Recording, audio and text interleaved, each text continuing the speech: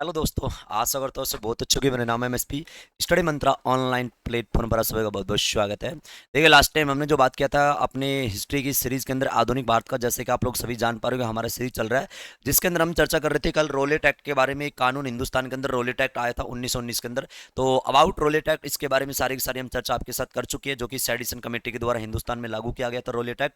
तो ये सारी चीज़ें अपनी हो चुकी थी। आज जो हमारा टॉपिक होगा, टाइटल आप लोग देख पा रहे होगे, जलियांवाला बाग मैस्कर, यानी कि जलियांवाला बाग हत्याकांड। जी हाँ, जलियांवाला बाग हत्याकांड हिंदुस्तान में क्यों हुआ था, कब हुआ था, कहां पर हुआ था, कैसे हुआ था, विशेषता, रिजल्ट, परिणाम, व्यक्तिगत पॉइंट, है ना, और अंग्रेजों का शासन प्रशासन उस समय का, इन सभी पर हम लोग आपके साथ कंटिन्यू चर्चा करते चले जाएंगे। उम्मीद कर रहे हैं वॉइस वगैरह बिल्कुल क्लियर आ रही होगी, सब कुछ विजिबल आपको एक तरह से लग रहा होगा। ठीक है, अगर कुछ प्रॉब्लम है तो आप लोग कमेंट करना। मेरे हिसाब से सब कुछ ओके चल रहा होगा साहब।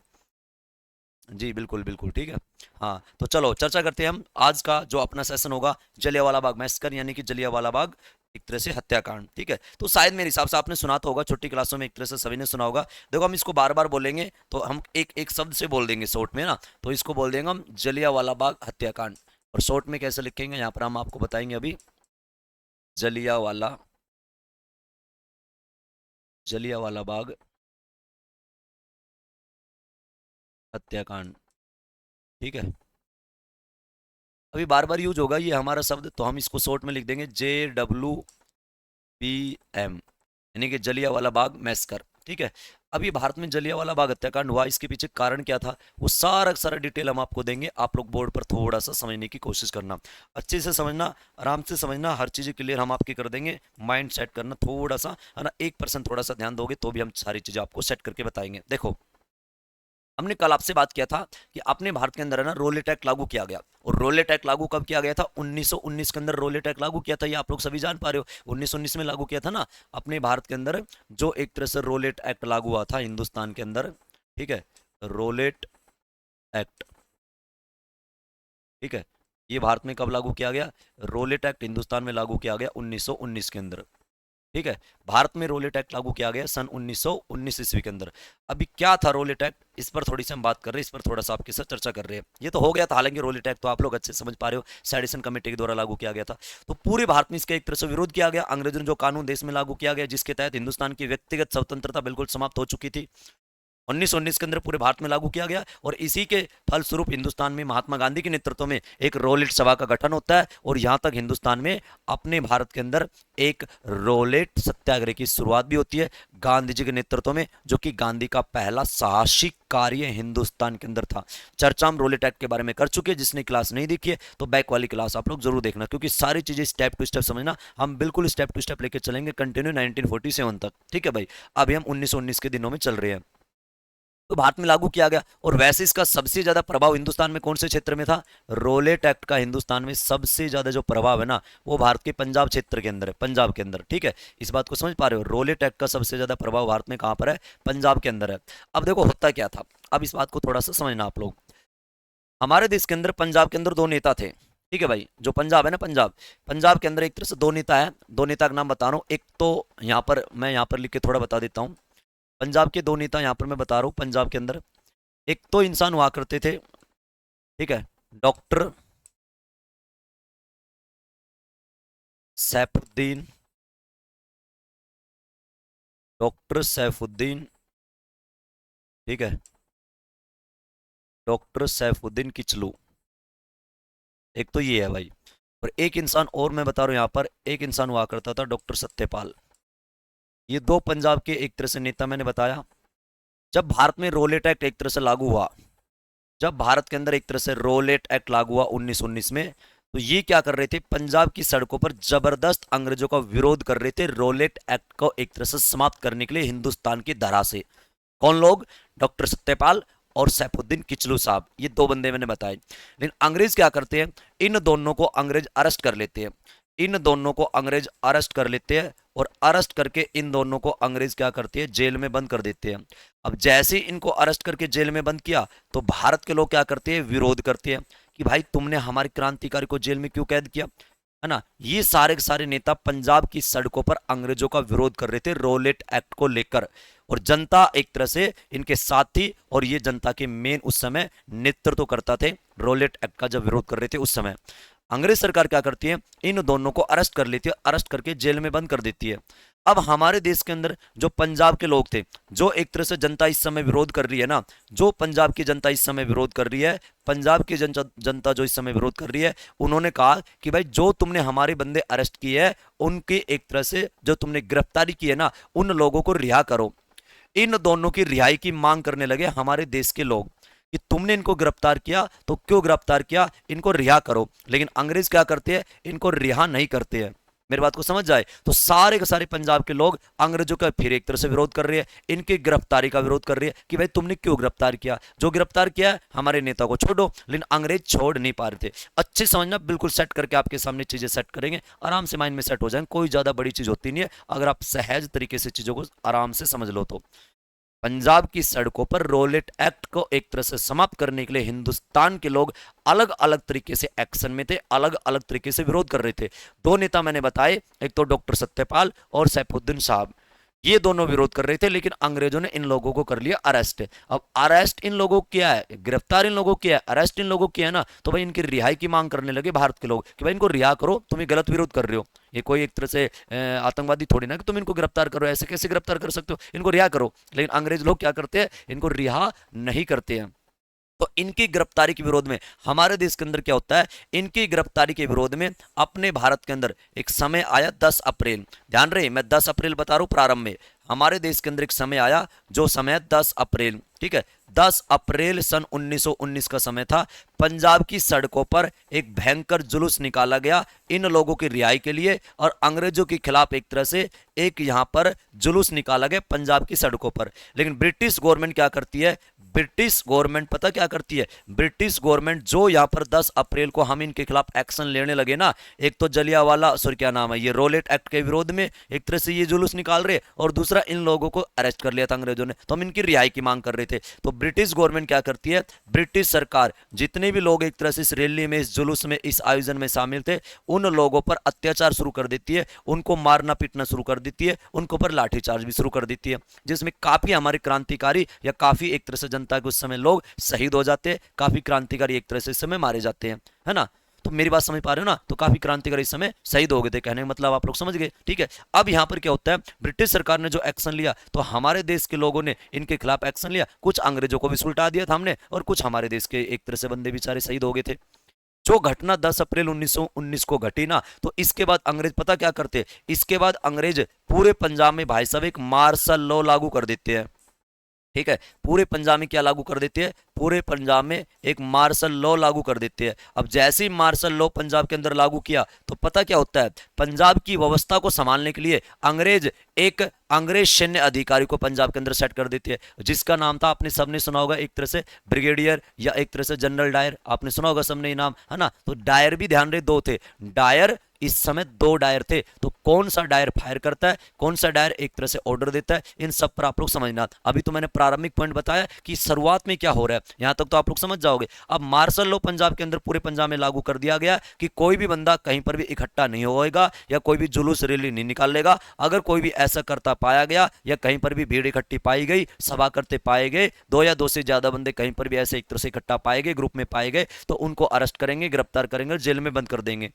पहले से भाई साहब इन्होंने रोलेट एक्ट लागू कर रखा है, अब यहाँ पर एक मार्शल लॉ भी लागू कर दिया गया। तो ये एक तरह से कुल मिलाकर हर प्रकार से व्यक्तिगत स्वतंत्रता को एक तरह से खिलाफ है सारी चीजें। तो अपने भारत में क्या होता है, जब 10 अप्रैल 1919 को ये घटना घटी ना, तो इस घटना के कुछ समय बाद, ठीक है, इस घटना के कुछ समय तो नहीं गए, कुछ दिन बाद, तो होता क्या है हमारे देश के अंदर, हमारे देश के अंदर पता क्या होता है, हमारे देश के अंदर, अरे कहाँ गया साहब, हाँ, हमारे देश के अंदर क्या होता है, एक जगह है जिसका नाम है अमृतसर, आप लोग सभी जानते होंगे, ठीक है। अमृतसर जो कि गुरु रामदास जी के द्वारा बसाया गया शहर था, पहले इसको गुरु रामदासपुर के नाम से जानते थे, है ना। अमृतसर आपने सुना होगा, अमृतसर गोल्डन टेम्पल वाला, ठीक है। तो इस स्थान पर एक जल्ली जल्ली नामक किसान था, तो जो एक तरह से किसान था ना, उसकी एक जमीन थी, जैसे कि अगर एग्जाम्पल देकर मैं बताऊं ना, तो एक ऐसे लगभग 8 से 10 फीट ऊंची दीवारों का एक तरह से एक क्या था, मतलब 8 से लगभग 10 फुट ऊंची दीवारों की एक ऐसी लोकेशन थी। एक मेन गेट और हुआ करता था, एक इसका बैक गेट और हुआ करता था, ये ध्यान रखना। तो समझ पाए मैं क्या क्या एक तरह से बात आपसे कर रहा हूं, मैं आपसे एक तरह से ये बात कर रहा हूं कि इसके अंदर ना एक मेन गेट था आने का, और एक बैक गेट और था, इस एक तरह से लोकेशन में, ठीक है। जो ये लोकेशन थी ना, ये लोकेशन आपने दुनियादारी के इतिहास में तो सुना होगा। इसी लोकेशन को किस नाम से जाना गया था? इस लोकेशन को दिया गया था जलियांवाला। आपने शायद देखा भी होगा अमृतसर में आज के टाइम में जाकर, आज तो अलग ही एक तरह से बना दिया गया है ना, जलियांवाला बाग। ये एक तरह से जगह है जलियांवाला बाग, मेरी बात समझ पाए। और इसी के अंदर है ना, इसी के अंदर जलियांवाला बाग के अंदर, इसके अंदर एक भाई साहब कुआं और हुआ करता था। एक इसके अंदर एक तरह से कूप और था, और इसके अंदर एक है ना खाई भी एक तरह से उस समय खुदी हुई थी, है ना। ये भी ध्यान रखना, ऐसा कुछ सीन था, ऐसा कुछ माहौल था। तो होता क्या है भारत के अंदर, तो 13 अप्रैल को जो घटना हुई, सॉरी क्या नाम, 10 अप्रैल को जो घटना हुई थी ना, यानी कि सबसे पहले इन्होंने मार्शल लॉ लागू किया था, है ना। 10 अप्रैल शुरुआत में तो क्या घटना हो रही है, 10 अप्रैल सन 1919 का समय था। अंग्रेजों ने पूरे पंजाब के अंदर मार्शल लॉ एक तरह से लागू कर दिया गया था, ठीक है, समझ पाओगे। लेकिन इस घटना के 3 दिन बाद, इस घटना के 3 दिन बाद क्या होता है आपको समझना। इस घटना के 3 दिन बाद बोले तो कितनी तारीख होगी, इस घटना के 3 दिन बाद हो गए 13 अप्रैल सन 1919 का दिन है। मेरी बात को समझ पा रहे हैं मैं क्या क्या कह रहा हूं? 13 अप्रैल 1919 का दिन है। और इस 13 अप्रैल 1919 को पता क्या था, इस दिन 1919 में 13 अप्रैल को एक त्योहार था, और वो त्योहार है बैसाखी, ठीक है। अब ये बैसाखी क्या है, पहले इस बैसाखी के बारे में थोड़ा समझो। ये एक तरह से बैसाखी पर्व होता है। बैसाखी पंजाबियों को भाई साहब एक त्योहार होता है, कुल मिलाकर एक तरह से सिख का नववर्ष ही होता है, ध्यान रखना, सिख नववर्ष एक तरह से बैसाखी। अब ये देखो बैसाखी क्या है, सिख कैलेंडर के अनुसार है ना, ये बैसाख माह में एक तरह से मनाया जाता है। बैसाख माह का फर्स्ट जो एक तरह से दिन होता है वो होता है। चलो बात कर लेते, एक दो एक्स्ट्रा बात मैं आपको बताऊं, मैं क्या आपको कह रहा हूं कि बैसाखी पर्व क्या है, इसके बारे में थोड़ा सा आप लोग समझना। कैसे समझोगे, सिख कैलेंडर के अकॉर्डिंग, है ना, सारी बातें एक्स्ट्रा समझना, है ना। कई बार तो एग्जाम में ना स्टेटमेंट में क्वेश्चन आ जाते, सिख कैलेंडर के अनुसार, सिख कैलेंडर के अनुसार, ठीक है, पूरा टॉपिक लेके चलेंगे लेकिन एक एक शब्द का मतलब बता रहे आपको। सिख कैलेंडर के अनुसार, ठीक है, बैसाख, सिख कैलेंडर के अनुसार बैसाख माह का, बैसाख माह का फर्स्ट दिन, ठीक है, बैसाख माह का फर्स्ट दिन जो है ना, वो एक तरह से बैसाखी होता है, बैसाखी पर्व होता है। और जो ये बैसाखी पर्व है ना, इसको हम बैसाखी पर्व बोलते हैं, लेकिन पंजाब के लोग है ना इसको एक अन्य नाम से और जानते हैं, इसको एक त्योहार के नाम से जानते हैं, और वो त्योहार है धन्यवाद त्योहार, ठीक है, धन्यवाद त्योहार। क्यों धन्यवाद त्योहार इसको कहा जाता है, क्योंकि जो फसल होती है ना, फसल पककर, जैसे रबी की फसल जैसे पककर तैयार होती है, ठीक है, और जब फसल पककर बिल्कुल तैयार हो जाती है, तो अपने देश के अंदर पंजाब क्षेत्र के अंदर लोग है ना प्रकृति माता को, उर्वरता माता को धन्यवाद एक तरह से करते हैं कि आपने हमें श्री अन्न प्रदान किया, यानी कि अन्न प्रदान किया। तो इस कारण इसको ना धन्यवाद त्योहार या धन्यवाद दिवस के नाम से भी जानते हैं। बैसाखी पर्व जो है ना पंजाब के अंदर, उसको धन्यवाद दिवस या धन्यवाद त्योहार के नाम से भी जाना जाता है। पंजाब के अंदर सिख धर्म का एक मेन पर्व होता है, इस बात को आप लोग एक तरह से समझ जाओगे, ठीक है। यानी कुल मिलाकर सिख नव वर्ष है ये, कुल मिलाकर एक शब्द में बोले तो ये क्या है, ये सिख एक तरह से नव वर्ष है, सिख धर्म का एक तरह से नव वर्ष है बैसाखी। तो देखो मैंने बैसाखी के बारे में बात कर लिया आपसे, है ना, एक दो बात आप लोग इसको तो समझ जाओगे। अब देखो क्या होता है, क्या करते हैं अंग्रेज लोग, 13 अप्रैल को तो जो घटना होती है, जुलूस निकालते हैं अंग्रेज, हमारे ऊपर एक तरह से अटैक कर देते हैं ना कुछ, जिसमें हमारे जवान, सॉरी हमारे देश के लोग शहीद हो जाते हैं, कुछ अंग्रेजों को भी सुलटा हमने दिया था, एक मुठभेड़ सी हो जाती है आपस में, ठीक है। तो होता क्या है, तो 10 अप्रैल के 3 दिन बाद 13 अप्रैल 1919 का दिन था, और ये बैसाखी पर्व है। और इस जलियांवाला बाग जो नामक स्थान है, यहाँ पर प्रतिवर्ष इस त्योहार वाले दिन है ना एक मेला लगता था भयंकर तरीके से, है ना, और काफी लोग एक तरह से मेले में आते थे, है ना, और एक तरह से अपना एंजॉय लेते थे। लेकिन 13 अप्रैल 1919 को जो दिन था, इस समय देखो अंग्रेजों ने रोलेट एक्ट भी लागू कर रखा है, तो मेला तो देखो लगा हुआ था, और मेले के अंदर है ना कुछ सभाएं भी चल रही थी। रोलेट एक्ट का एक तरह से विरोध करने का प्लान भी चल रहा था, कैसे कैसे विरोध किया जाएगा। रोलेट एक्ट के एक तरह से विरोध करने के फलस्वरूप यहाँ पर लोगों को पर्चे भी बांटे जा रहे थे कि हमने एक तरह से रोलेट एक्ट का विरोध करना है, अंग्रेज सरकार रोलेट एक्ट वापिस ले, ऐसे नारे दिए जा रहे थे, है ना। और पोस्टर के अंदर भी ऐसे शब्द लिखकर सब लोगों के एक तरह बांटे जा रहे थे कि हमने रोलेट एक्ट का विरोध करना है। हिंदू मुस्लिम, एक तरह से हिंदू मुस्लिम सिख सारे धर्म के लोगों ने मिलकर अंग्रेजों का रोलेट एक्ट का विरोध करना है ना। ऐसे ऐसे एक तरह से कुछ यहाँ पर प्लान किए जा रहे हैं। लेकिन अंग्रेज को इस बात का पता लग जाता है, और अंग्रेज क्या करते हैं, अंग्रेज जो यहाँ पर ये भीड़ इकट्ठी हुई है ना, इस भीड़ को यहाँ से तितर बितर करना चाहते थे, क्योंकि अंग्रेजों को पता था यहाँ पर ये भीड़ है ना एक्शन एक तरह से अगर ले लेंगी तो अंग्रेजों को सुलटा देंगे, क्योंकि 10 अप्रैल के दिन भी ये घटना हो चुकी थी। लेकिन यहाँ पर सब कुछ शांतिपूर्वक तरीके से चल रहा था, कोई यहाँ पर एक तरह से हिंसात्मक घटना, हिंसात्मक घटना करने का प्लान नहीं बनाया जा रहा था, सिर्फ अंग्रेजों का शांति तरीके से विरोध कर रहा था कि अंग्रेजों रॉलेट एक्ट वापस लो इस जलियांवाला बाग नामक स्थान पर। लेकिन अंग्रेज क्या करते, अंग्रेज इस मैदान का रेकी करते शाम के समय, और यहां से एक जहाज उड़ के जाता है, आपने शायद एक तरह सुना हो तो कभी, है ना, और पूरा अंग्रेज मुआयना करते हैं कि यहाँ पर एक तरह से क्या आयोजन चल रहा है, कितने लोग यहाँ पर इकट्ठे होते हैं, ये सारी सारी चीजें एक तरह से यहाँ पर होती है।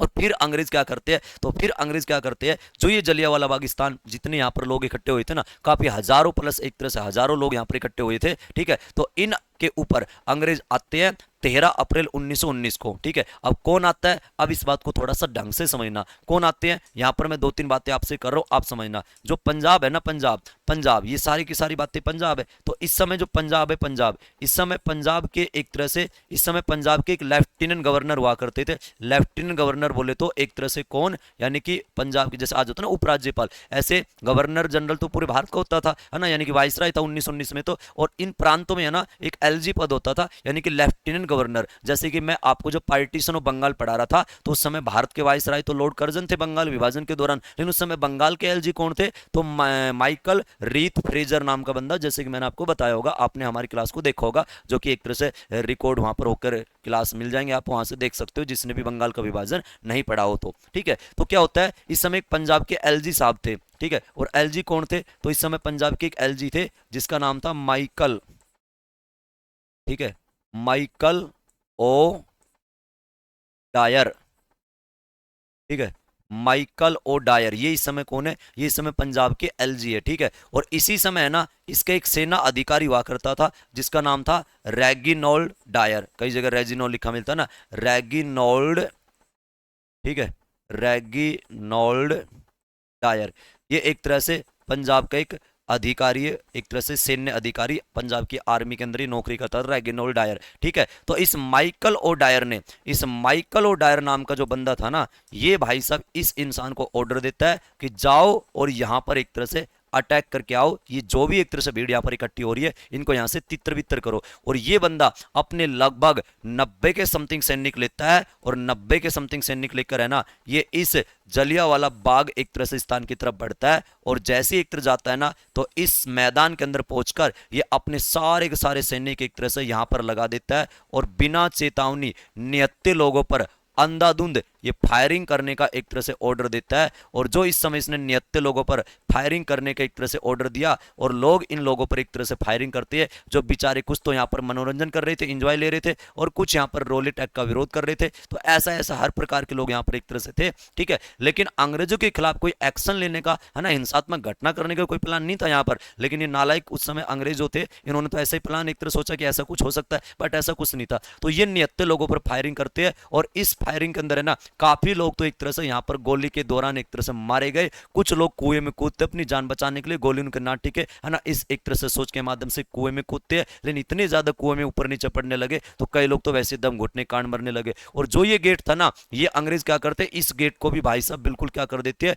लॉक कर देते इस गेट को। तो कुछ लोग इस गेट से बाहर जाने की कोशिश कर रहे थे, लेकिन अंग्रेजों ने क्या किया, इस बैक वाले गेट को बिल्कुल एक तरह से क्या कर दिया था, बंद कर दिया था, कि इन लोगों को ऐसे घेर के एक तरह से मारना है, ऐसा अंग्रेजों का प्लान। एक इसमें बीच में खाई थी, लेकिन जो खाई थी ना, कई लोग गोली से बचने के लिए इस खाई में भी एक तरह छुपने की कोशिश करते हैं, लेकिन ऊपर नीचे ऐसे बंदे पड़े, और कुछ समय बाद अंग्रेज आते हैं और फिर खाई में भी गोलियां चला देते हैं भाई साहब। तो इतना ज्यादा नरसंहार किया था कि भाई महसूस नहीं कर सकते हैं, है ना, बड़ा भयंकर अत्याचार किया इन्होंने। 10 अप्रैल 1919 को तो किसने फायर किया, आकर रेगिनोल्ड डायर ने आया और इन सैनिकों को ऑर्डर दिया कि गोली चलाओ। और वैसे इस समय पंजाब के एलजी कौन है, माइकल ओ डायर नाम का, ठीक है, ये पंजाब की समय लेफ्टिनेंट गवर्नर है। मेरी बात को समझ पाए आप लोग, ठीक है। और निहत्थे लोगों पर अंधाधुंध गोली चलाते हैं 13 अप्रैल 1919 को। और जो घटना 13 अप्रैल 1919 को घटी ना, जो घटना 13 अप्रैल 1919 को घटी जलियांवाला बाग नामक स्थान पर, उसी को देश दुनिया के इतिहास में एक नाम दिया गया, जलियांवाला बाग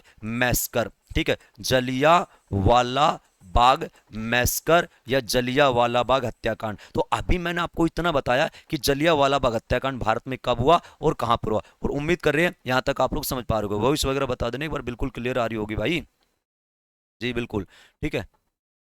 समझ रहे हो मेरी बात को, ठीक है। तो ये एक तरह से सारी चीजें यहाँ पर होती है, यहाँ तक तो आप लोग समझ जाओगे। जलियांवाला बाग हत्याकांड कब हुआ? 13 अप्रैल 1919 को। बैकग्राउंड क्या था इसका, वो थोड़ा सा मैंने यहाँ पर आपको समझाया कि कहाँ से चीजें कैसे शुरू हो रही है। रोलेट एक्ट को आपने कल पढ़ाई है, जो कि एक तरह से इससे हम लिंक बना के थोड़ा बता रहे हैं, ठीक है। तो हुआ 1919 में, 13 अप्रैल 1919 को हुआ, है ना। इतनी बात समझ जाओगे, है ना, ये समझना आप लोग, ठीक है। 2025 की बात करें, ठीक है, 2025 की अगर बात करें ना, अब 1919 में देखो ये घटना हुई थी 13 अप्रैल, 2025 में इसको कितने साल हो गए, ठीक है। तो जो ये घटना है ना, ये घटना अभी है ना, इसको 100 साल से तो ऊपर हो गया, क्योंकि 1919 में हुआ था, तो 2019 में 100 साल हो गया। तो 2025 के अंदर, 2025 के अंदर, जो 2025 में अभी 13 अप्रैल गया है ना, तो इसको कंप्लीट इस साल पता कितनी साल हो गया, 106 वर्ष हो चुका है जलियांवाला बाग हत्याकांड को। 2025 में 106 साल, 106 ईयर्स, ठीक है। तो 106 साल ही है। अब हमारे देश के लोगों ने इसका विरोध किया कि निहत्थे लोगों पर अंधाधुंध अंग्रेज फायरिंग करते हैं।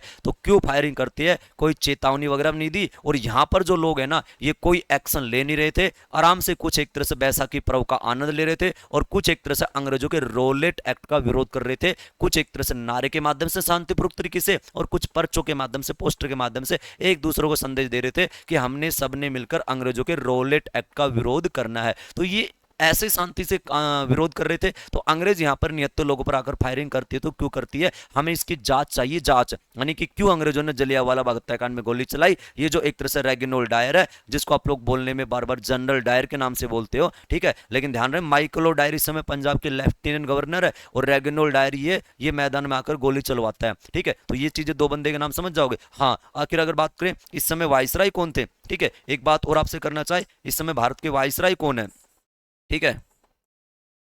इस समय अगर हम भारत के वाइसराय की बात करें ना, तो इस समय भारत के वाइसराय कौन हो गए, तो इस समय भारत के वाइसराय हो गए लॉर्ड चैम्सफोर्ड, ठीक है। इस समय भारत के वाइसराय कौन हो जाएंगे, लॉर्ड चैम्सफोर्ड, ठीक है, चैम्सफोर्ड, ठीक है। ये इस समय चैम्सफोर्ड नाम का जो बंदा है, ये इस समय भारत के वाइसराय थे। तो ये सारी चीजें, अब भारत के लोगों ने एक तरह से मांग की कि इन निहत्थे लोगों पर अंग्रेज आते और गोली चलाते, तो क्यों भाई, हमें जांच चाहिए, ऐसे क्यों। तो अब इससे, है ना, इस हत्याकांड की जांच के लिए ना, हमारे देश में एक इंक्वायरी कमेटी की मांग की गई, एक जांच कमेटी की मांग की गई कि अंग्रेजों जांच करो कि अंग्रेजों ने ऐसा किया, तो इन ऑफिसरों ने ऐसा किया तो क्यों किया। ये सारी चीजें है, और इसकी जांच एजेंसी, जलियांवाला बाग हत्याकांड से संबंधित एक जांच एजेंसी बनाई जाती है। और जो जांच एजेंसी बनाई जाती है ना, वो भाई साहब अपने देश में उस एजेंसी का नाम था हंटर कमीशन। ध्यान रहे, हंटर कमीशन हमारे देश में एक 1882 में भी आया था, लॉर्ड रिपन के काल में, जो कि एजुकेशन से संबंधित एक तरह से कमीशन था, शिक्षा आयोग था हंटर कमीशन 1882 वाला। लेकिन एक यहां पर मैं क्या कह रहा हूं, हंटर कमीशन जांच आयोग, वो जलियांवाला बाग हत्याकांड से संबंधित अंग्रेजों के काल में बनाया गया एक जांच एजेंसी थी, जलियांवाला बाग हत्याकांड की जांच करवाने के लिए, ठीक है। तो कैसे क्या होता है, अब हम अगली स्लाइड में इसको और इससे अगला स्टेप आपको बताते हैं, तो आप उनको भी थोड़ा सा अच्छे से समझते चलना। तो JWBM मैंने अभी बार बार बोला, तो इससे क्या हो जाएगा, JWBM, JWBM यानी कि जलियांवाला बाग मैसकर, ठीक है। तो इस जलियांवाला बाग मैसकर से संबंधित, है ना, हमारे देश के लोग क्या करते हैं, एक जांच एजेंसी की मांग करते हैं कि भाई हमें जांच चाहिए कि अंग्रेजों ने ये काम किया तो क्यों किया, निहत्थे लोगों पर फायरिंग की है तो क्यों की है। तो इसकी जांच से संबंधित, है ना, एक कमीशन बना, एक कमेटी बनी, और जो कमेटी बनी ना, उसका नाम एक तरह से पता क्या था, उसका नाम था हंटर कमीशन, हंटर कमीशन। लेकिन मैं बार बार बोल रहा हूं, ध्यान रहे, एक हंटर कमीशन शिक्षा आयोग भी आ चुका है हमारे देश में 1882 में, 1882 में। इस बात को भी थोड़ा सा समझना, ठीक है।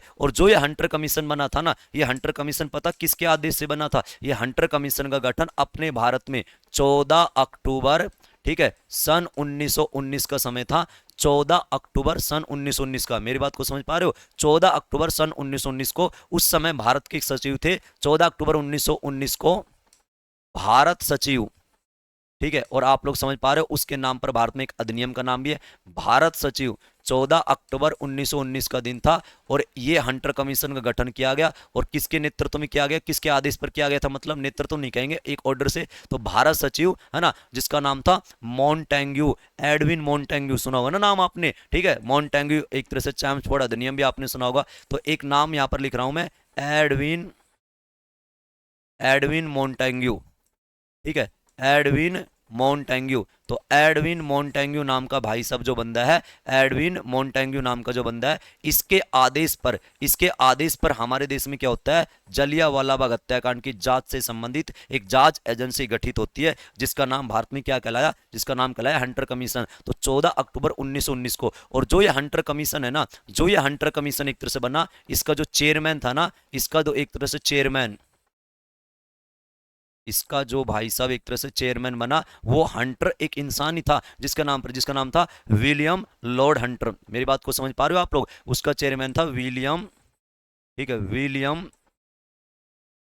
विलियम लॉर्ड, ठीक है, विलियम लॉर्ड हंटर, ठीक है, विलियम लॉर्ड हंटर नाम का बंदा था। तो इसकी अध्यक्षता में या इसकी चेयरमैनशिप के अंदर हंटर कमीशन का गठन किया गया था। अब जो ये हंटर कमीशन है ना, इसमें काफी सदस्य थे। तो कौन कौन से सदस्य थे, उन सब पर भी हम चर्चा करेंगे। जो गठित कब हो रहा है, 14 अक्टूबर 1919 को हो रहा है। लेकिन इसने रिपोर्ट कब पेश की, ठीक है, इस हंटर कमीशन ने रिपोर्ट कब पेश की थी, यानी बन तो गया अक्टूबर 1919 में, लेकिन इसने रिपोर्ट कब की थी? अब ये जांच इसने की, अब जांच करने के बाद ये रिपोर्ट तो पेश करेगा ना। अब इसने रिपोर्ट कब पेश की गई थी, तो इसने रिपोर्ट पेश की थी 1920 में, यानी कि 26 मई 1920 का दिन था, ठीक है, 26 मई, ठीक है, 26 मई सन 1920 का समय था। और 26 मई 1920 को इसने अपनी रिपोर्ट पेश की थी, किसने, हंटर कमीशन ने, जो कि अक्टूबर 1919 के अंदर 14 अक्टूबर 1919 को एक तरह से बना था, ठीक है। और इसमें है ना, कुल मिलाकर इसके एक तरह से जो रिपोर्ट में लिपापोती की गई थी, हालांकि आपने छोटी क्लासों में पहले भी मेरे हिसाब से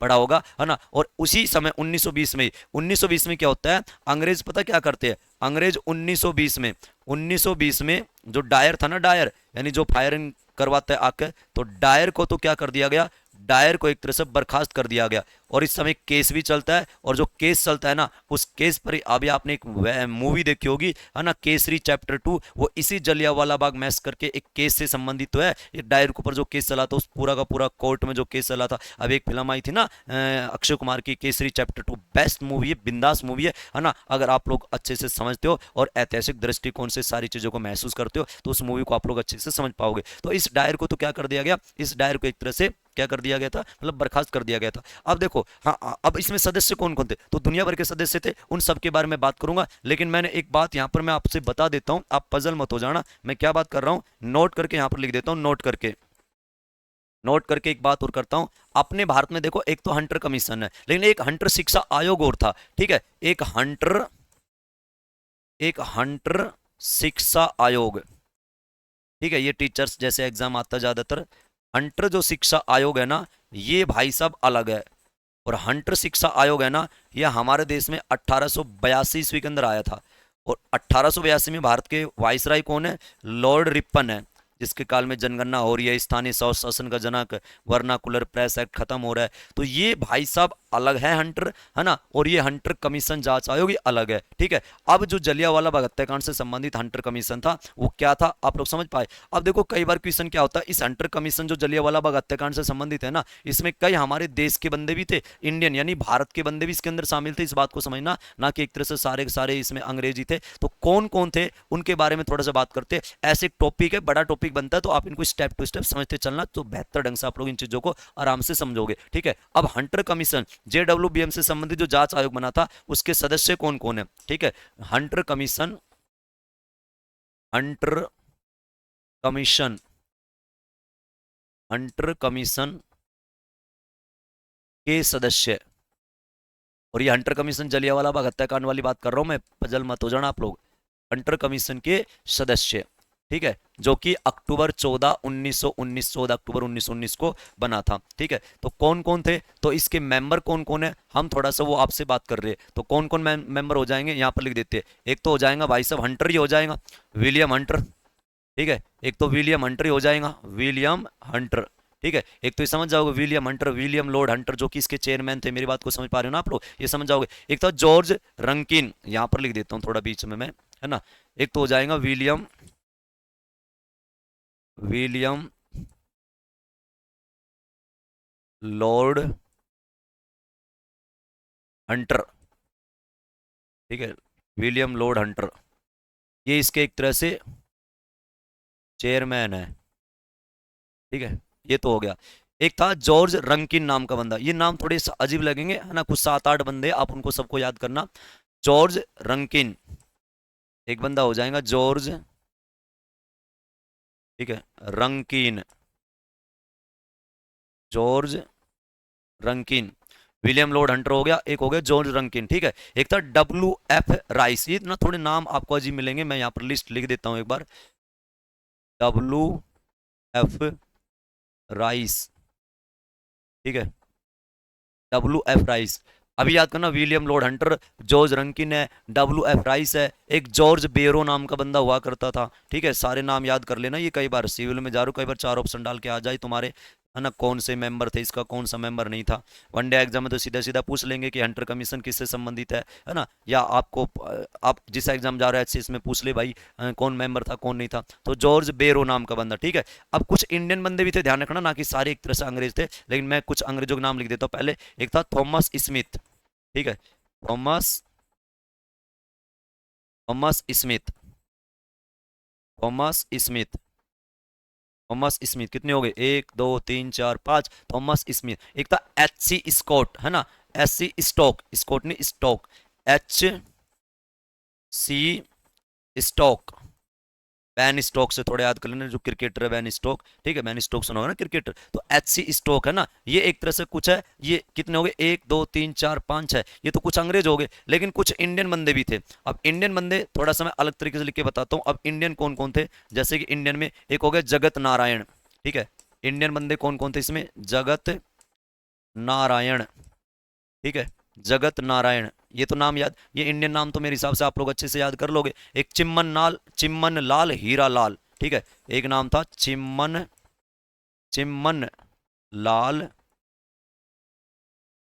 चिम्मन लाल हीरा लाल, ठीक है भाई, चिम्मन लाल हीरा लाल, जगत नारायण, ये भारतीय बंदे, इनको तो आसान से आप लोग याद करते हो। एक सुल्तान अहमद खान नाम का बंदा था, सुल्तान अहमद खान, ठीक है, सुल्तान, सुल्तान अहमद, ठीक है, सुल्तान अहमद खान था, तो मैंने सुल्तान अहमद लिख दिया।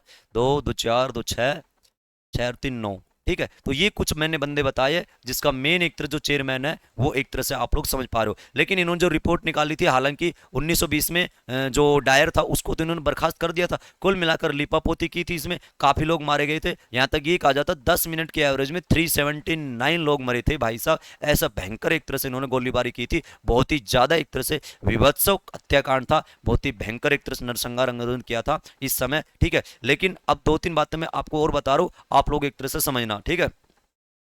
एक काफी भयंकर निवारक हत्याकांड था, ठीक है। ये भाई साहब जो था ना, ये अभी मैंने बताया था कौन, ये एडविन मोंटेग्यू, तो इसने भी एक तरह से इसको भयंकर एक तरह निवारक हत्याकांड कहा था कि भारत में जो एक तरह जलियांवाला बाग हत्याकांड हुआ है वो बहुत ही ज्यादा एक तरह से डेंजरस हत्याकांड था। ये भाई इसने भी एक तरह से खुद बोला था, ठीक है, जो कि भारत सचिव है, इसने निवारक हत्याकांड मतलब बहुत ही एक तरह से भयंकर हत्याकांड। तो जलियांवाला बाग हत्याकांड को एक निवारक हत्याकांड बोलने वाला, निवारक हत्याकांड बोलने वाला कौन बंदा था, तो वो भाई साहब अंग्रेजी एक ऑफिसर यहां पर बता रहा हूं, जो उस समय सेक्रेटरी के पद पर नौकरी कर रही है। और कौन है वो मोंटेग्यू, है ना, Montagu, as a Edwin Montagu, ठीक है। अब जब इन्होंने रिपोर्ट दी तो हमारे देश के लोग इनकी रिपोर्ट से तो खुश थे नहीं, ठीक है। तो भारत में क्या होता है, इतना तो आप लोग ये तो चीज समझ जाओगे। अब जब इन्होंने रिपोर्ट दी ना, तो देखो होता क्या है, हमारे देश के लोग तो इनकी रिपोर्ट से खुश तो थे नहीं, तो हमारे देश के अंदर एक इंसान हुआ करते थे, यहाँ पर थोड़ा सा नोट करके मैं बात करता हूँ कैसे। हमारे देश में एक इंसान हुआ करते थे, बड़े देश के महान साहित्यकार, नोबेल पुरस्कार विजेता, नाम समझ गए होगे आप लोग, यानी कि रविंद्रनाथ टैगोर, ठीक है साहब। तो ये रविंद्रनाथ टैगोर जी, पता क्या है, रविंद्रनाथ टैगोर को अंग्रेजों ने ना एक टाइटल दे रखा था, और जो टाइटल दे रखा था ना वो टाइटल था नाइटहुड, ठीक है, नाइटहुड। इस नाइटहुड को आप लोग हिंदी में सर के नाम से भी जानते हो, नाइटहुड, है ना, ये एक उपाधि थी, ये एक टाइटल था, ठीक है। यानी नाइटहुड का टाइटल हमारे देश में किनको मिला हुआ था, रविंद्रनाथ टैगोर को। और ये नाइटहुड का टाइटल रविंद्रनाथ टैगोर जी को है ना, ये 1915 में मिला था भाई। लेकिन JWBM के विरोध में, JWBM बोले तो जलियांवाला बाग हत्याकांड के विरोध में, ठीक है, JWBM, JWBM के विरोध में, ठीक है, ये भाई सब क्या करते हैं, रविंद्रनाथ टैगोर ये इनके विरोध में ये अपना नाइटहुड का जो सम्मान है ना, ये एक तरह से वापिस कर देती है। ठीक है, नाइटहुड का सम्मान इस समय क्या कर दिया इन्होंने, अपना वापिस कर दिया था। इस बात को भी थोड़ा सा आप लोग मेरे हिसाब से अच्छे से समझ सकते हो। रविंद्रनाथ टैगोर जो कि देश के बड़े महान साहित्यकार, जिन्होंने काफी पुस्तकों की रचना की थी, जैसे कि गीतांजलि हो गया, गोरा हो गया, काबुली वाला हो गया, है ना। रविंद्रनाथ टैगोर अलग से पर्सनल मैंने आपको पढ़ा भी रखा है, और करंट अफेयर्स में भी हम बातें रविंद्रनाथ टैगोर की करते हैं, क्योंकि कुछ समय पहले इनका जो हाउस था ना शांति निकेतन, वो भी यूनेस्को की हेरिटेज लिस्ट में रिसेंटली कुछ समय पहले शामिल भी किया गया था। तो बहुत से क्वेश्चन जो पर्सन है रविंद्रनाथ टैगोर के क्वेश्चन है वो एक तरह से बनते हैं। ठीक है, ये है। लेकिन एक बात और मैं आपको बताऊंगा, आप उनको भी थोड़ा समझना। अभी देखो मैं आपको बार बार कह रहा हूं, अभी कुछ समय पहले आपने देखा होगा, अपने भारत के अंदर एक फिल्म आई है जो कि मैंने अभी बताया, और जो फिल्म है ना वो हमारे देश में जलियांवाला बाग मैसकर से संबंधित है, केसरी चैप्टर 2, है ना, जिसमें संकरण थे, संकरण नायर, जो कि केरला के रहने वाले थे, वो उनसे संबंधित एक तरह से केस से संबंधित पूरी फिल्म है। अभी क्या है संकरण नारायण, कौन है ये, तो अब आप लोग थोड़ा सा समझो। ठीक है, और कैसे समझोगे हम नेक्स्ट स्लाइड में समझाते हैं अलग से संकरण नायर जी के बारे में।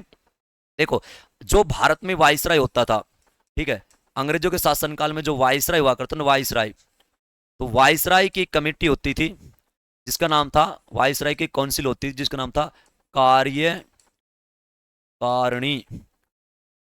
वाइसराय की कार्यकारिणी कमेटी। एक वाइसराय की कार्यकारिणी कमेटी होती थी, एक काउंसिल होती थी, मेरी बात को समझ गए, है ना।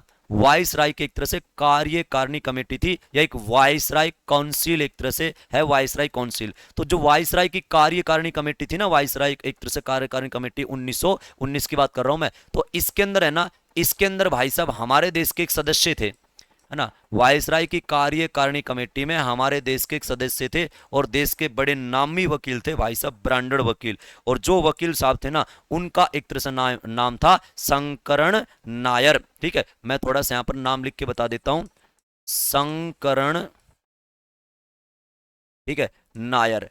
अब ये तो शॉर्ट फॉर्म में नाम है इसका, शॉर्ट मतलब आधा ही नाम है। ये केरल के रहने वाले थे, बहुत बड़ा नाम इनका, यानी सर चेट्टूर शंकर नायर। ठीक है, सर चेट्टू शंकर मतलब नायर, है ना। जैसे मैं लिख के बता देता हूँ, थोड़ा सा पजल आप हो जाओगे। साउथ इंडियन नाम है, पूरा ही लिख देते क्योंकि फिल्म या इसके ऊपर तो। ठीक है, तो सर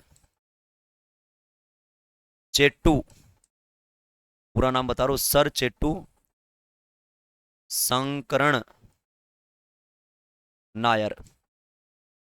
ठीक है, ये भाई साहब हमारे देश में है ना एक वकील थे, ब्रांडेड टॉप वकील उस जमाने के, और वाइस राय की कार्यकारिणी कमेटी के मेंबर थे, यानी कि सदस्य थे। इतनी बात आप लोग समझ जाओगे। हमारे देश में इनका केरला के अंदर जन्म हुआ था, केरल के अंदर 1857 के समथिंग, यानी 1857, जिस समय देश में क्रांति हो रही है ना, तो उस समय इनका एक तरह जन्म हुआ था। तो ये केरल के रहने वाले थे। इनका जो जन्म है ना, इनका जो जन्म है हमारे देश के अंदर केरला में हुआ था सन 1857 के अंदर। तो केरल के रहने वाले थे ये। ठीक है, और बड़े महान वकील थे केरला के, शंकरण नायर की मैं बात कर रहा हूं। ठीक है, ये है। और ये 1915 में इस परिषद के सदस्य बने थे। ठीक है, जो इस परिषद के सदस्य है ना, ये इस परिषद के सदस्य, इस परिषद, ठीक है, यानी इस काउंसिल के सदस्य, वाइसराय की जो काउंसिल है, इस परिषद के सदस्य, इस परिषद के। और ये फिल्म आप जरूर देखना, आपको आनंद आएगा अगर आप लोग थोड़ा सा नॉलेज बेस्ड मूवी देखते हो तो। इस परिषद के सदस्य 1915 में बने थे। इस परिषद के सदस्य कब बने थे ये 1915 में बने थे। ठीक है, मेरी बात को समझे यहां तक। अब भाई साहब क्या करते हैं, जब देश में जलियांवाला बाग हत्याकांड होता है, ठीक है, क्या कह रहा हूं मैं, जब देश में JWBM होता है, यानी कि जलियांवाला बाग मैसकर होता है ना, तो जलियांवाला बाग हत्याकांड के विरोध में, ठीक है, जलियांवाला बाग हत्याकांड के विरोध में ये भाई साहब क्या करते हैं, विरोध में ये जलियांवाला बाग हत्याकांड के विरोध में ये कार्यकारिणी कमेटी के सदस्य थे, रिजाइन दे देते हैं। JWBM के विरोध में कार्यकारिणी,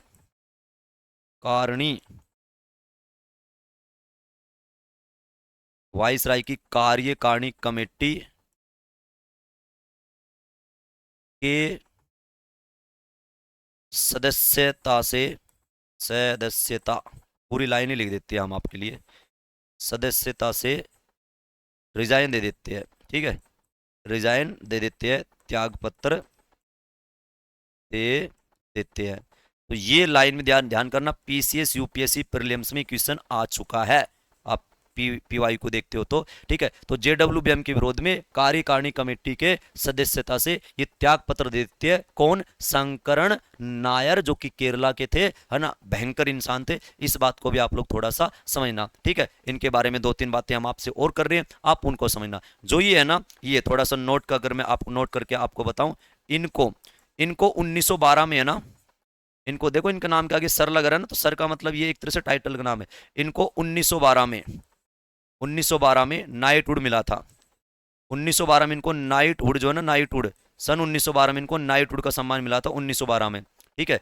एक बात और थोड़ा सा मैं बताऊं, जो कांग्रेस है ना, कांग्रेस में सबसे कम उम्र के अध्यक्ष जो है ना, वो मौलाना अबुल कलाम आजाद थे। लेकिन लेकिन क्या कह रहा हूं मैं, कांग्रेस में सबसे कम उम्र के सदस्य की अगर बात करें ना, कांग्रेस में सबसे कम उम्र के सदस्य, इस बात को थोड़ा सा समझना आप लोग, कांग्रेस में, कांग्रेस के सबसे कांग्रेस के सबसे कम उम्र के सदस्य, यानी कांग्रेस में सबसे कम उम्र के सदस्य, कांग्रेस में सबसे कम उम्र के सदस्य भाई साहब ये शंकरन नायर थे, ध्यान रखना। और 1912 में इनको नाइटहुड भी मिला था, और ये वाइसराय की कार्यकारिणी कमेटी की सदस्यता से रिजाइन दे देते, त्याग पत्र देते हैं। यानी कि क्यों, जो जलियांवाला बाग हत्याकांड देश में हुआ था उसके फलस्वरूप, उसके विरोध में ये बातें मैंने आपसे की है। उम्मीद कर रहे आप लोग यहाँ तक तो सारी चीजें समझ जाओगे, ठीक है। एक बात और ध्यान रखना, इसी समय ना हमारे देश के अंदर एक बात और मैं आपको बताता हूँ, ठीक है। हमारे देश में इसी समय क्या करता है, यहाँ पर लिख के मैं बताता हूँ, तो नोट करके, अपने भारत में है ना, अपने भारत के अंदर एक बात और होती है, अपने भारत के अंदर जलियांवाला बाग हत्याकांड जब होता है ना, या रोलेट एक्ट जब अंग्रेज लागू करते हैं, तो भारत में एक क्रांतिकारी ग्रुप बनता है। और जो क्रांतिकारी ग्रुप बनता है ना, उस ग्रुप का नाम यहां पर मैं लिख रहा हूं, उसको थोड़ा सा समझना। वो ग्रुप कौन सा था भाई, उस ग्रुप का नाम था डंडा फौज, ठीक है। एक ग्रुप बना था इस समय जिसका नाम था डंडा फौज। और ये डंडा फौज है ना, इनके अंदर काफी क्रांतिकारी सदस्य होते थे, ज्यादातर नौजवान लोग होते थे।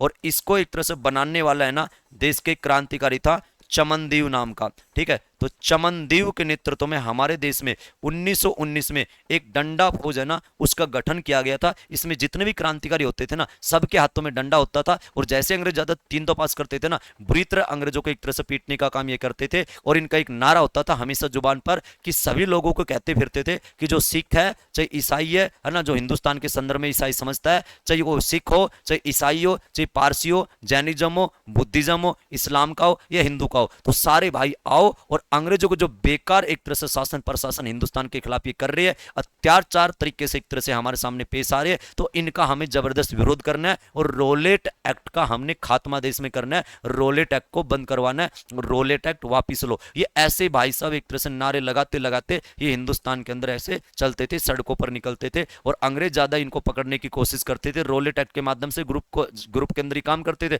तो अंग्रेजों को बुरी तरह भूनते थे, गोलियों से मारते थे। तो समझ पा रहे हो, ये सारी चीजें है। एक मिनट वेट करना, सॉरी,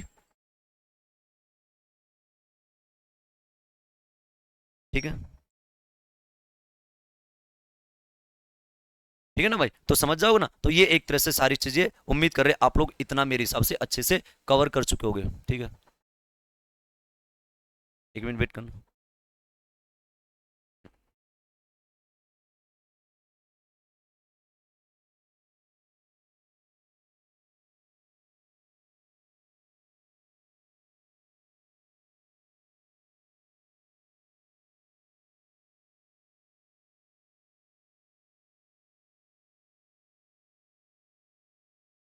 ठीक है, हाँ भाई, ठीक है। तो देखो एक बात और समझो इससे आगे, तो यहां तक समझ जाओगे ना। अब देखो और आगे मैं बात कर रहा हूँ, ठीक है। अब जो एक तरह से जो है ना, यहाँ पर एक बंदा आपने यूज किया है ना, एक बंदा आपने मैंने यहाँ पर यूज किया था, माइकल ओ डायर, जो कि पंजाब के कौन थे, पंजाब के एलजी थे, यानी कि पंजाब के लेफ्टिनेंट गवर्नर, है ना। अब हमारे देश में ये एक तरह से उस समय पंजाब के एलजी थे, समय तो देश में लगा, लेकिन होता क्या है, देश में कुछ समय बाद हमारे देश के एक बड़े ब्रांडेड महान क्रांतिकारी देश के अंदर उद्धम सिंह, ठीक है, उद्धम सिंह का नाम सुनोगे ना, राम मोहम्मद सिंह आजाद उद्धम सिंह, जो कि माइकल और डायर को एक तरह से लंदन में गोली मार के आ जाता है हिंदुस्तान में, हिंदुस्तान सोशलिस्ट रिपब्लिकन एसोसिएशन के मेंबर। तो उद्धम सिंह का, है ना, हम अब उद्धम सिंह के बारे में 2-3 बातें आपसे कर रहे हैं, आप लोग समझना। शायद आपने मेरे हिसाब से सबने सुना होगा शहीद उद्धम सिंह के बारे में, तो ठीक है। और हम अब जुलाई में टॉपिक पढ़ रहे हैं, और जुलाई का महीना इनके एक तरह से शहादत का महीना भी है, ठीक है। तो उद्यम सिंह जो है ना, ये भाई सब कौन थे, ये हमारे देश के अंदर है ना, पंजाब के अंदर जन्मे एक क्रांतिकारी थे,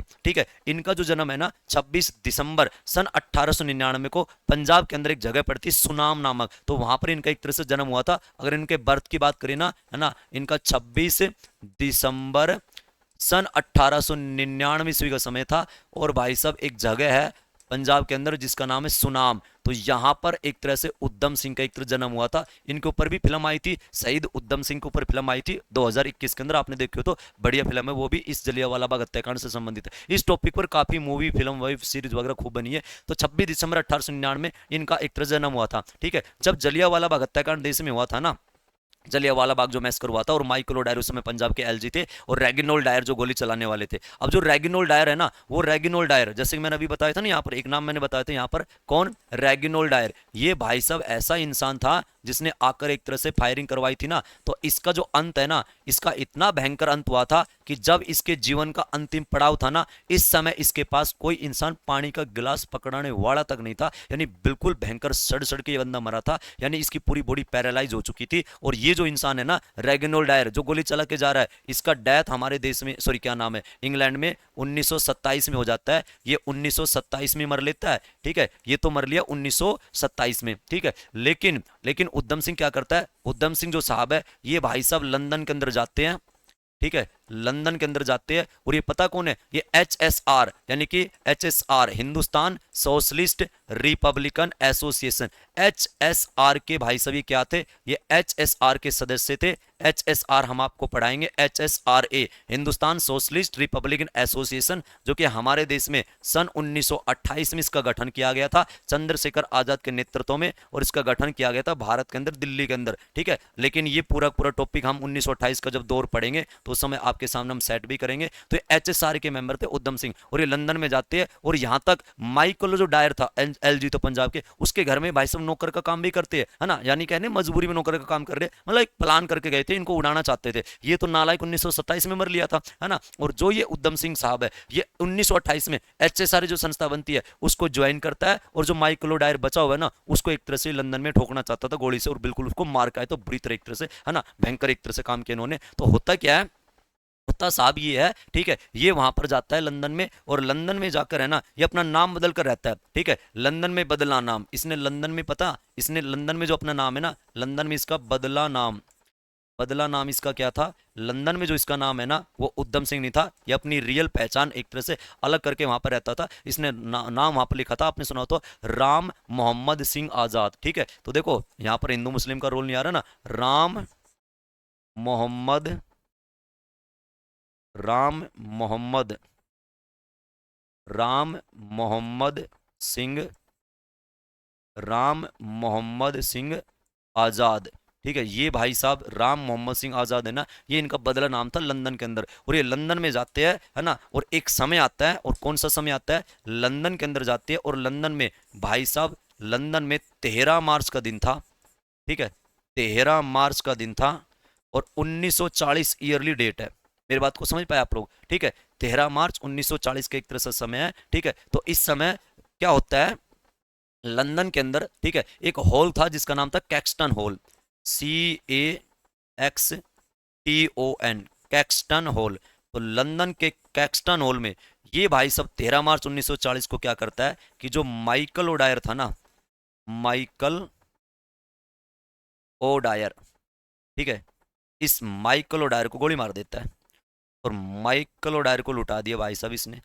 माइकल ओडायर को लंदन में गोली मारी थी किसने, उद्यम सिंह जी ने। 13 मार्च 1940 को उद्यम सिंह जी को अरेस्ट किया गया, और उद्यम सिंह जी को जब अरेस्ट किया तो इनको अब सजा मिलेंगी, कोर्ट कार्रवाई चली, ठीक है। और हमारे उद्यम सिंह जी साहब को, ठीक है, इस केस में क्या करते हैं, उद्यम सिंह जी साहब को इस केस में फांसी देते हैं अंग्रेज, है ना, और फांसी दे देते हैं 31 जुलाई, ठीक है, 31 जुलाई सन 1940 को इनको फांसी दे दी गई पेंटाविला नामक जेल के अंदर। एक जेल है जिसका नाम है पेंटाविला, लंदन में है पेंटाविला जेल। यहां पर साहब जी को एक तरह से क्या कर दिया गया, इनको यहां पर फांसी दे दिया गया 31 जुलाई 1940 को पेंटाविले नामक जेल में उद्यम सिंह साहब को, ठीक है।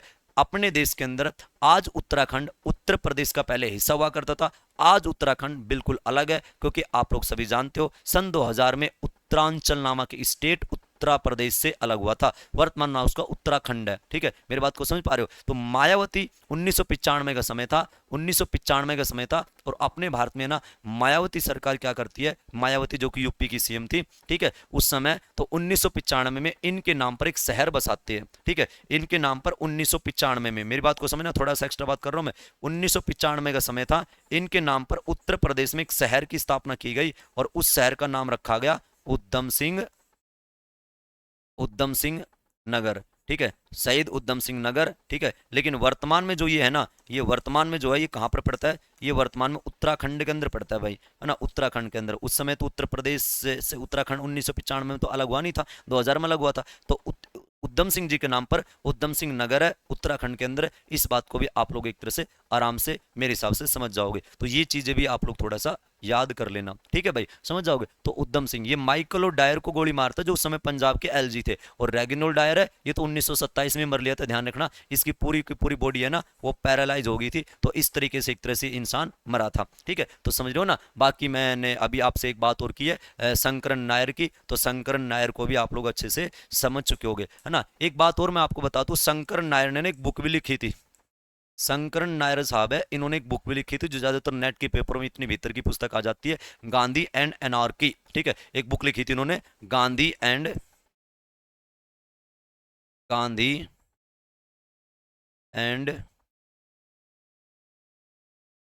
एनॉर्की।